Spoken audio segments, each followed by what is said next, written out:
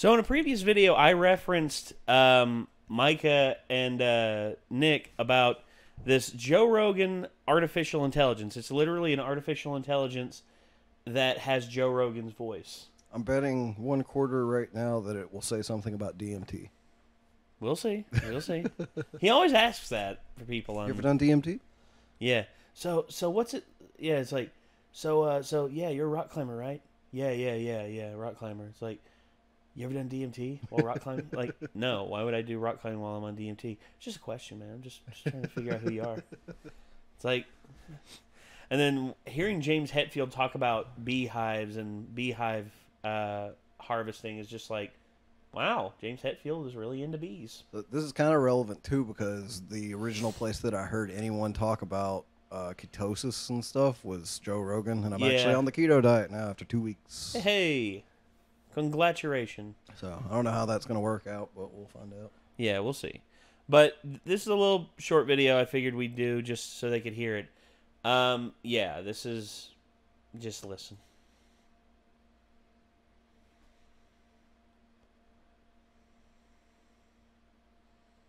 Chimp hockey team. Friends, I've got something new to tell all of you. I've decided to sponsor a hockey team made up entirely of chimps. I'm tired of people telling me that chimps are not capable of kicking human ass in sports. Chimps are just superior athletes. And these chimps have been working out hard.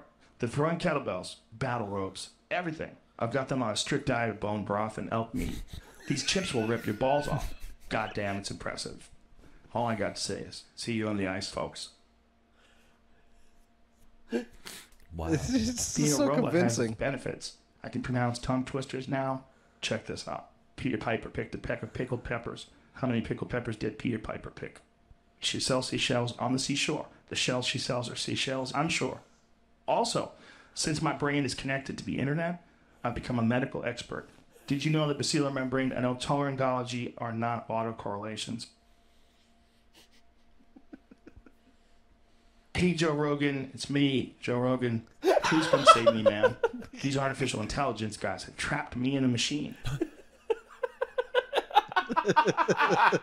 I've never told this story before, but on Thanksgiving weekend, I was doing a set at the Comedy Store, and some idiot ran up on stage. He comes up to me during the middle of my set and tells me that we are in a simulation. The guy was drunk out of his mind. He was so drunk that he couldn't stand up straight. So we all laughed at him and let security escort him out. But now that we have deep fakes and fake voices, I'm starting to believe that we're not far off from simulations after all.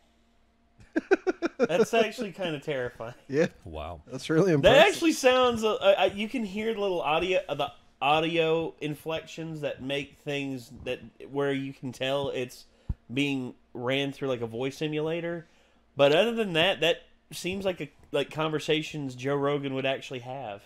We're going to have an unfortunate situation in the next, several years where people are going to start generating people's voices of, famous people and having them say very problematic things.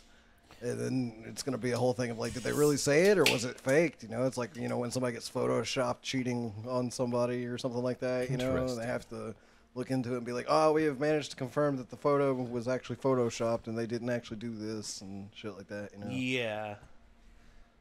I'm Like, worried people about could it. ruin people with that. Yeah, you could. Land people in prison and shit. Oh, good luck getting across my personal minefield to get my photograph out of my future ranch. There you go. Future photoshoppers. Oh, honestly, they managed to make you into put your head on like an eagle. I am a mighty eagle. All my home intruder army, I'm gonna put beards and man buns on them too, so they're not gonna be able to tell which one's actually me. Damn. Yeah. Well, I've already got a beard. I can't grow much of a man bun. No, I'm gonna have little wig dealies made up. It's just like one piece and just puts down over their face. Yeah, you could staple it to their head. Yeah. It'd be At metal. the same time, stuff like that would be real fun to play with in video games, Yeah. Walk into a multiplayer lobby, it's most recent thing I watched was Gurren Lagann, so come in as Kamina and with God. his voice, and it's just all right, Team Gurren, let's do this. We don't give up. So who the hell do you think we are? Yeah. Don't believe. Everybody would be like, what? Don't believe in yourself. Believe in the me that believes in you. Exactly. Jesus. All right. Thank you, Kamina. So, speaking of shitty multiplayer games, Fallout 76, which the people would ask us to watch this too. The Fall of 76. Have you played Fallout 76? Nope.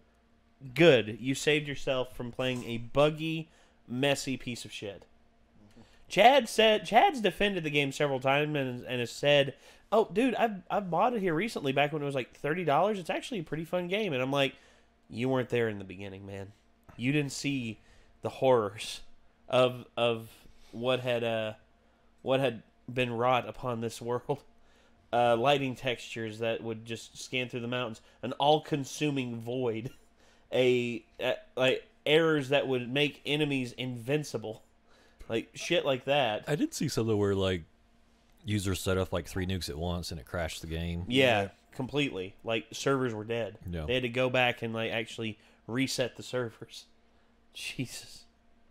And then also, when the clocks rolled over into 2019, all nukes were disabled for a limited time because apparently they didn't program any more years in other than 2018, which is weird. It's almost like they expected their game to die within the year. That's a bummer because it looked really cool, like, before it came out, like, all this stuff. Oh, you know what I love? I love going back and reading those comments in our Bethesda. I think it was their announcement. Their announcements that they did at, was it E3 last year, where they announced that, oh yeah, Fallout 76, and we were critical of it. We were just like, I don't know, man. I mean, Bethesda, when they pass stuff off to different studios, it's not worked out the best for them, especially when it comes to stuff like this. Someone said, name an example. I was like, Elder Scrolls Online, man. I mean, Elder Scrolls Online in the beginning, for like the first 6 months to a year, was a buggy mess that you could barely get through. And it took them a year to get things to where it was playable. And now the game's almost dead. No Man's Sky had to come back because, eventually they delivered on their big promises, and the game's actually fun now. Whereas Fallout 76, my guess is they just didn't care. But the main point I'm making about this is that when we trashed the fact that, they showed us a screenshot from Elder Scrolls 6, and keep in mind, it's been, 10 years since Elder Scrolls 5 was released? See, me personally, not being a huge fan of Fallout and being a big fan of the Elder Scrolls, I was pretty fucking salty when they said they had something big to announce, and then it was fucking Fallout 76, and I was like, Fallout 4 was the last thing you put out. Where's my fucking Elder Scrolls? And then they did show something, but they showed, like, a picture. Like, it showed a little intro thing for Elder Scrolls 6. It was just a title card. Yeah, exactly. It Effectively, was nothing else at all. And for Fallout 76, I said I was critical about it because, of Bethesda's history, and everyone in the comment sections was saying, it's like, you're just wait and see, guys. You're gonna be eating your words. You're gonna be doing this. You're gonna be doing that. And then whenever Fallout 76 came out and it just got shit reviews, I was just sitting there, just like, feels good to be right. Right. Like, I'm not an overly cynical asshole, but I'm a history student, and if you don't learn from history, you're doomed to repeat it. Bethesda. Mm-hmm. God. But now I'm just worried because they've just made me very, very worried for Elder Scrolls 6. hopefully, I'm not even really all that stoked for hopefully it anymore. 76 will be a lesson for them, and they'll go back to making the games that we love. I mean, don't get me wrong, innovation is always even Fallout appreciated. 4, there was a lot of critical things about. A No, lot I know. of people maintain that you have to mod the game for it to even be enjoyable. In some cases, yes. I will admit that, yes. In certain cases, like a lot of the bug fixes, those have to be put in. And then, of course, certain story things, I think, work a lot better that the community has come up with than what Bethesda themselves came up with. Yeah, I remember Rags making a 46-minute video on it on how he was pretty disappointed that he had to mod the living shit out of it, but he was like, it's finally fun, but I did have to mod the living shit out of it to make it fun.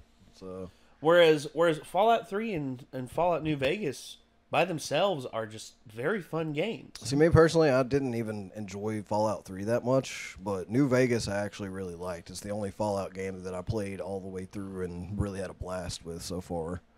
So it's just, they're not as appealing to me as the Elder Scrolls. Well, yeah, you're more into fantasy and magic and dragons and I stuff like like that. sci-fi and Whereas like, guns and shit. It's Post-apocalyptic just stuff. the landscapes and shit where they've all been nuked and everything, they just feel really dull to me. So I just don't get into them as much. I get that. I get that. I like worlds in video games that seem alive and like you're directly like making a world that the whole point is like more than half of it's dead. So it's just like you don't get that out of it, and it's how it's supposed to be, but it just doesn't appeal to me really. Fair enough. Fair enough. Yeah. All right. Well, this was an interesting video. This was real talk. We created Joe Rogan's voice using artificial intelligence, which Very that's a scary impressively, thing. if Impressive, but I have to scary. say so. Because I'm gonna imagine like tuning into a Joe Rogan experience one time, and it's just like a digital Joe Rogan. He's just like, "How you doing out there, everybody? I'm Joe Rogan, and today we're gonna be talking about ice skating." I do have to ask: have you seen the video where someone cut it so that Joe Rogan Was is on talking Joe to Rogan? himself? Yeah. And Yeah. he's interviewing himself. Joe Rogan meets Ro Yeah, Jogan. it's pretty great as well. That Recommend was checking hilarious. that out if you guys haven't seen it. That was funny. So anyway, that's gonna do it for this episode, everybody. Until next time, we'll see you then. Peace out.